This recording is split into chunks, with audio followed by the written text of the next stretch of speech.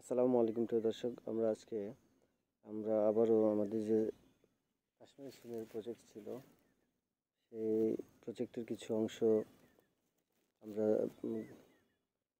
যে সিমের গাছগুলো কেটে দিচ্ছি।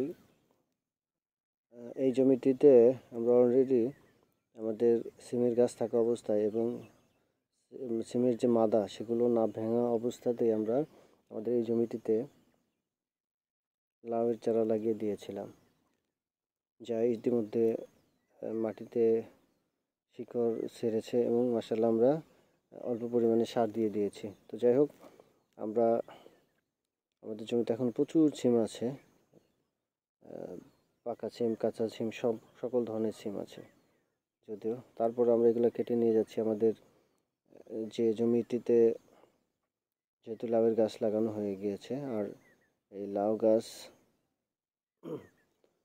বৃদ্ধির জন্য পর্যাপ্ত রোদ বাতাস প্রয়োজন। তো এই কারণে আসলে আমরা আমাদের এই গাছগুলো, সিমের গাছগুলো কেটে দিচ্ছি। আর যেহেতু আমরা সিম উঠাচ্ছি না, এই কারণে আসলে আমাদের এই সিমের গাছগুলো কেটে দিচ্ছি। আর আমরা এই সিম গাছগুলো কেটে দিয়ে গোখাদ্য হিসেবে এটি ব্যবহার করতেছি, কারণ এতে প্রচুর পরিমাণে সিম আছে এবং কাঁচা ঘাসের যে চাহিদা এটি এই সিমের গাছ থেকে আমাদের গাভীর বা অন্য গরুর পূরণ হচ্ছে। এই কারণে আমরা এই সিমের গাছগুলো কেটে বাড়িতে নিয়ে গরুকে খাওয়াচ্ছি।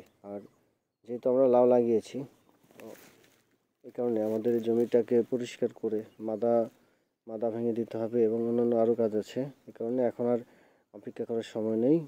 আমরা ইতিমধ্যে আমাদের গাছ কাটা শুরু করেছি, হয়তো 2-1 দিনের মধ্যে আমাদের এই জমিটি পরিষ্কার হয়ে যাবে। আর আমরা এই ভিডিওতে আপনাদের এর আগেও দেখিয়েছিলাম যে আমরা আমাদের যে মাচা পরিষ্কার করি কীভাবে, সিমের গাছ মাচার উপর থেকে কীভাবে বের করে। তো আমরা সাধারণত এই কাজটা করি, খুব ছোট ছোট করে সিমের গাছকে কেটে আমরা বের করি। আমরা এই পর্বে আপনাদেরকে সেই বিষয়টি আবারও দেখাচ্ছি, আর সেই সাথে দেখাচ্ছি যে আমরা আমাদের জমিতে সিমের গাছ থাকা সত্ত্বেও বা থাকা অবস্থায়ও কীভাবে আরেকটি ফসল করি। অর্থাৎ আমরা নির্দিষ্ট দূরত্ব মেনটেন করে যে যে ফসলটি চাষ করব সেটি যে দূরত্ব, সেই দূরত্ব ঠিক রেখে আমরা মাদা তৈরি করে পর্যাপ্ত পরিমাণ সার এবং জৈব সার ব্যবহার করে আমরা চারা রোপণ করে দিয়েছিলাম।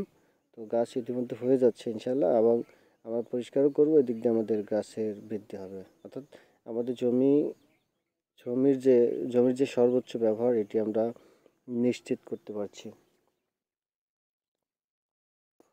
আবার একইভাবে যখন আমাদের লাউ গাছ থাকা অবস্থায় যখন আমাদের সিমের সিজন আসবে, ঠিক আমরা এই একই প্রক্রিয়ায় আমাদের জমিতে লাউয়ের গাছ থাকা সত্ত্বেও আমরা সেই সেই জমিগুলোতেই আমরা সিম লাগানোর ব্যবস্থা করে ফেলবো। তো এইভাবেই আমরা আসলে কখনো জমি ফেলে রাখি না, না রেখে আমরা আমাদের জমির পর্যাপ্ত যে ব্যবহারটা এটা করে নিশ্চিত করে।